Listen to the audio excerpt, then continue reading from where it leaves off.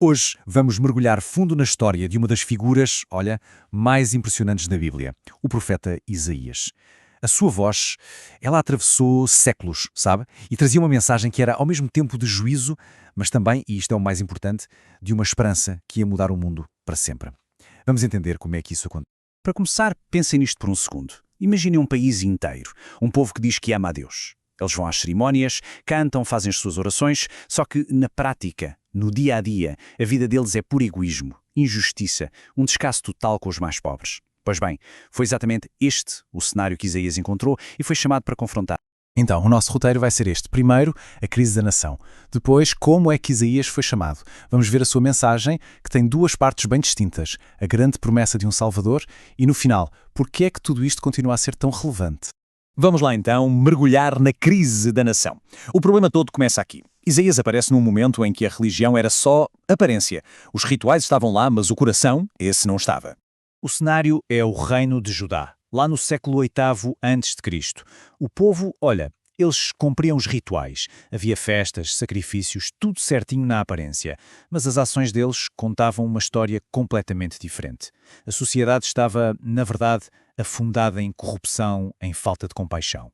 E o ponto é, Deus não queria saber das cerimónias. Ele estava a olhar para o que estava dentro, para os corações. Basicamente, o nome disto é hipocrisia religiosa. É isso. Para Deus, todos aqueles rituais não valiam absolutamente nada sem uma mudança real por dentro. O que ele queria era sinceridade, era um compromisso verdadeiro com justiça. E não gestos vazios. Ok, então no meio desta crise toda, Deus escolhe um mensageiro. E é aqui que a história de um homem aparentemente comum se cruza com uma missão extraordinária. E esse homem é Isaías. E o nome dele, só por si, já diz muito. Isaías significa o Senhor é salvação. É como se fosse um spoiler, uma pista da mensagem final que ele ia trazer. Mesmo no meio dos avisos mais duros, o nome dele já apontava para a esperança. O chamado dele, que a gente encontra lá no capítulo 6, acontece em 4 passos. E é uma cena bem dramática. Primeiro, ele tem uma visão poderosíssima de Deus no templo, tão poderosa que ele se sente esmagado, impuro.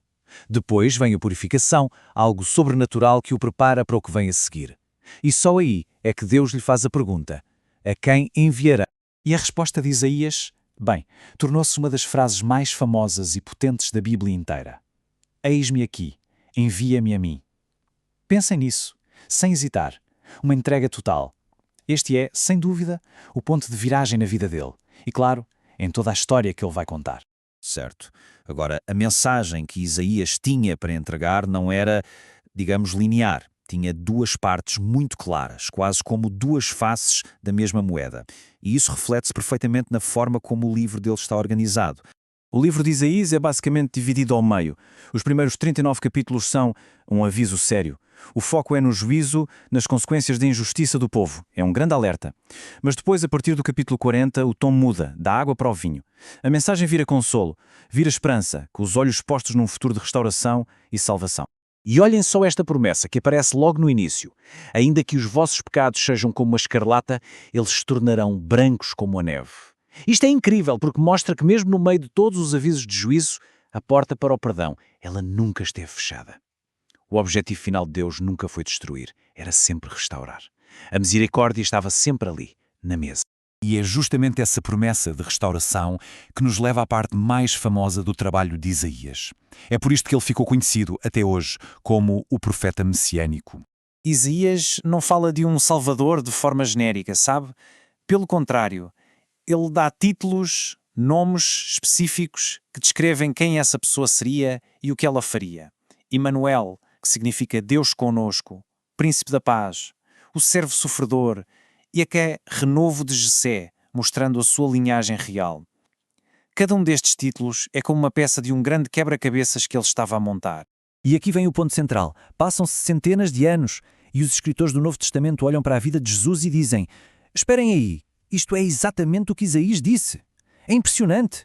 Profecias sobre uma virgem que daria à luz, sobre alguém que seria ferido pelas nossas transgressões, sobre uma grande luz que brilharia na escuridão. Tudo isso eles viram cumprir-se.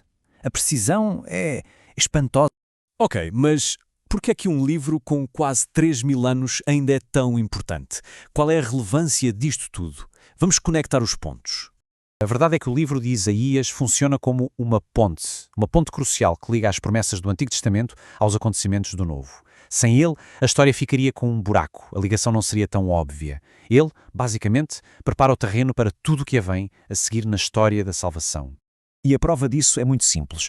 Os seus escritos são os mais citados de todos os profetas lá nos Evangelhos. Pensem bem, mais do que qualquer outro, as palavras dele estavam constantemente na boca de Jesus e dos apóstolos. Isto mostra o peso, a influência que a visão dele teve para entender quem era o Messias.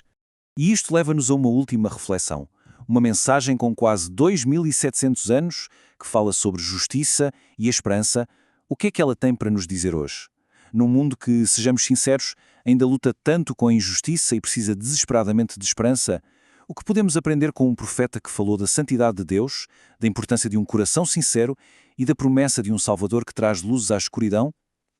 Parece que, no fundo, a mensagem dele é mais atual do que nunca.